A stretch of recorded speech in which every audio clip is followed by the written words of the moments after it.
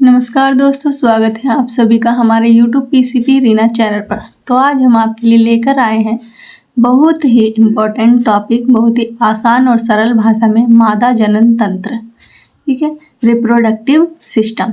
Next video पे, पिछली video में हमने पढ़ाया था नर जनन तंत्र। आज हम लेकर आए हैं आपके लिए मादा जनन तंत्र। तो देखिए, स्त्रियों में मादा जनन तंत्र के रूप में निम्नलिखित अंग पाए जाते हैं। तो ये मादा जनन तंत्र कहाँ पाया जाता है? स्त्रियों में पाया जाता है।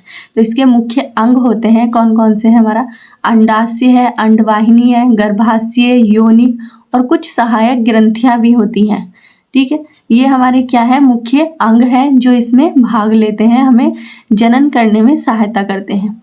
और कुछ क्रियाएं होती हैं इन अंगों के माध्यम से। क्या होता है? निषेचन होता है। निषेचन के बाद क्या होते हैं? युग्मनज बनते हैं और युग्मनज के बाद प्रसव होता है। ठीक है, तो अंडाशय क्या है? हमारा ओवरी है, अंडवाहिनी है, ओवडिक्ट है जिसे फैलोपियन ट्यूब बोलते हैं। गर्भाशय हमारा यूट्रस है, योनि है जिसे हम वजीना बोलते हैं।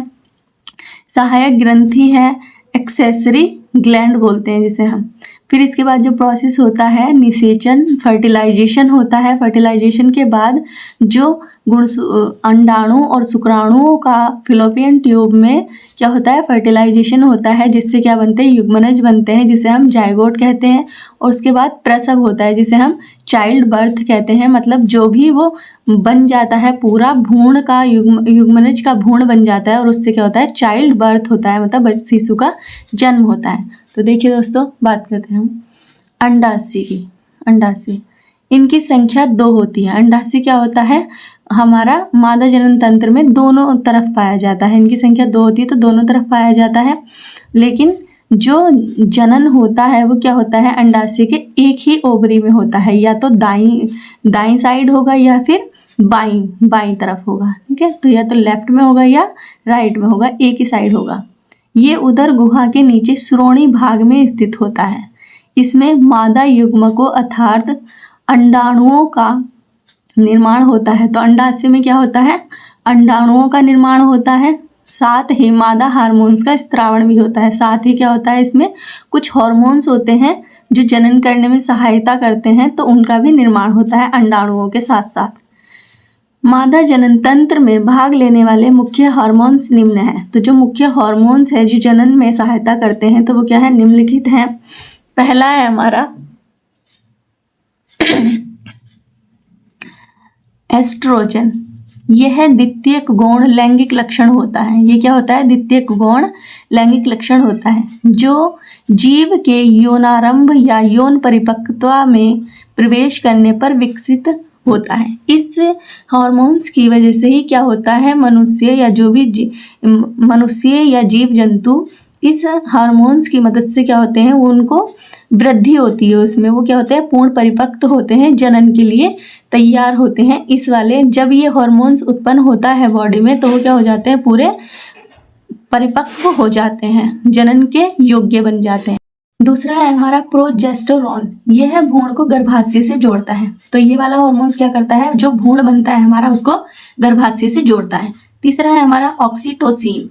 यह महामारी प्रक्रिया को नियंत्रित करता है। तो जो महामारी होती है उस प्रक्रिया को क्या करता है? नियंत्रित करता है। चौथा है हमारा रिलैक्सिन। यह प्रसव पीड़ा, मतलब शिशु के जन्म के समय जो पीड़ा होती है उसे क्या करता है? कम करता है। दूसरा है हमारा अंडवाहिनी। प्रत्येक अंडाशय से लगभग 10 सेमी लंबी कुंडलित नली निकलती है जिसे अंडवाहिनी कहते हैं। यह अंडाशय से अंडाणुओं को प्राप्त कर निषेचन होने तक उनका भरण पोषण करती है तथा अंडाणुओं को गर्भाशय तक ले जाने का कार्य करती है। तो अंडवाहिनी क्या होती है? ये अंडाशय से लगभग 10 सेंटीमीटर की कुंडलित नली होती है। ये क्या करती है? अंडाशय से अंडाणुओं को लेकर आती है और उनको पोषण देती है जिससे कि वो जीवित रह सके, और फिर उनको क्या करती है? गर्भाशय तक पहुंचाती है। गर्भाशय यह एक थैली नुमा संरचना होती है जिसमें भ्रूण का निर्माण होता है। तो गर्भाशय क्या होता है? एक थैली नुमा संरचना होती है, इसमें भ्रूण का निर्माण होता है।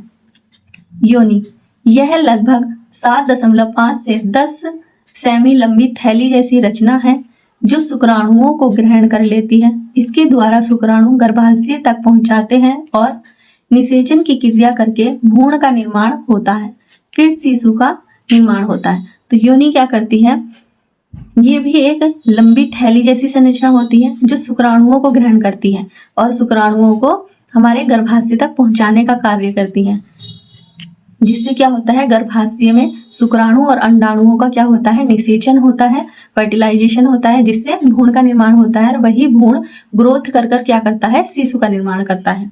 निषेचन, जब शुक्राणु और अंडाणु आपस में मिलते हैं तो शुक्राणु और अंडाणु क्या करते हैं, आपस में मिलते हैं तो निषेचन की क्रिया होती है। निषेचन की क्रिया फैलोपियन नलिका में होती है। तो हमारे दोनों साइड क्या होता है, अंडाशय के दोनों तरफ क्या होती है, फैलोपियन ट्यूब होती है, जिसमें शुक्राणु और अंडाणुओं का आपस में मेल होता है और वही मेल क्या कहलाता है, निषेचन कहलाता है, फर्टिलाइजेशन कहलाता है। और उसी से क्या होता है, युग्मनज का निर्माण होता है, जिसे जो भ्रूण में परिवर्तित हो जाता है। जो युग्मनज बनते हैं वो क्या हो जाता है, भ्रूण में परिवर्तित हो जाता है और फिर वही भ्रूण क्या हो जाता है, शिशु का निर्माण करता है। युग्मनज, जब युग्मनज का निर्माण होता है तो वह गर्भाशय की दीवार से चिपक जाता है। तो जो शुक्राणु और अंडाणु के मिलने से युग्मनज बनता है तो वो क्या हो जाता है, हमारी गर्भाशय की दीवारों से चिपक जाता है, जिससे भ्रूण बनता है। प्रसव, परिपक्व, भ्रूण के शरीर से बाहर निकलने की प्रक्रिया को प्रसव कहते हैं। तो प्रसव क्या होता है, मतलब तैयार। जब पूरा भ्रूण शिशु के रूप में तैयार हो जाता है तो उसे बाहर निकलने की प्रक्रिया को क्या कहते हैं, प्रसव कहते हैं। जिसे नॉर्मल भाषा में हम क्या कहते हैं, डिलीवरी बोलते हैं, या शिशु को जन्म देने की क्रिया होती है तो उसे क्या कहते हैं, प्रसव कहते हैं। उसमें जो पीड़ा उत्पन्न होती है उस पीड़ा को प्रसव बोलते हैं, प्रक्रिया को प्रसव बोलते हैं। ठीक है, तो ये था हमारा मादा जनन तंत्र का थ्योरी से एक्सप्लेनेशन था। अब देखिए इसका चित्र समझाती हूँ मैं आपको। ये है मादा जनन तंत्र का चित्र, देखिए ये है हमारा मादा जनन तंत्र का चित्र है। ये क्या है, हमारा अंडाशय है। ये क्या होते हैं, मादा जनन तंत्र के दोनों तरफ होते हैं। तो इसमें अंडाशय में क्या होता है, अंडाणुओं का निर्माण होता है और यहाँ से अंडाशय से क्या निकलती है, हमारी अंडवाहिनी निकलती है जो गर्भाशय में जाकर खुल रही है। तो अंडवाहिनी क्या करती है, यहाँ से अंडाशय से अंडाणुओं को लेकर जाती है और यहाँ फैलोपियन ट्यूब में लेकर आती है। ठीक है, फिर फैलोपियन ट्यूब से कहाँ लेकर आती है, वो गर्भाशय तक लेकर आती है। ये हमारी योनि है। तो योनि के माध्यम से क्या होते हैं, शुक्राणु हमारी गर्भाशय तक पहुंचते हैं। ये ग्रीवा है, यहाँ के इसके रास्ते से ही शुक्राणु क्या करते हैं, गर्भाशय तक पहुंच पाते हैं। तो ये शुक्राणु क्या होते हैं, बहुत ही अधिक संख्या में होते हैं, कहने का मतलब मिलियंस में होते हैं। लेकिन जब जनन की क्रिया होती है तो ये सिर्फ एक या दो ही हमारे गर्भाशय तक पहुंच पाता है, जिससे जनन होता है। अगर एक शुक्राणु जाएगा तो सिर्फ एक ही संतति उत्पन्न होगी, लेकिन अगर दो शुक्राणु जाएंगे और दो ही अंडाणु से फर्टिलाइजेशन की क्रिया करेंगे तो जुड़वा जो होते हैं, डबल ट्विंस जो बोलते हैं, उसका निर्माण होता है। तो ग्रीवा के माध्यम से कहाँ जाते हैं, हमारे गर्भाशय तक पहुंच जाते हैं और गर्भाशय तक पहुंचकर क्या करते हैं, ये इधर से शुक्राणु जाएंगे हमारे यहाँ तक फैलोपियन ट्यूब तक और इधर से अंडाणु आएंगे। तो दोनों का फर्टिलाइजेशन, दोनों का मेल कहाँ होता है, हमारे फैलोपियन ट्यूब में होता है, अंडाणु और शुक्राणु, जिससे मिलकर क्या बनता है, हमारे युग्मनज बनते हैं। युग्मनज से ही क्या होता है, हमारा भ्रूण बनता है। युग्मनज को ही क्या कहते हैं, भ्रूण बनता है।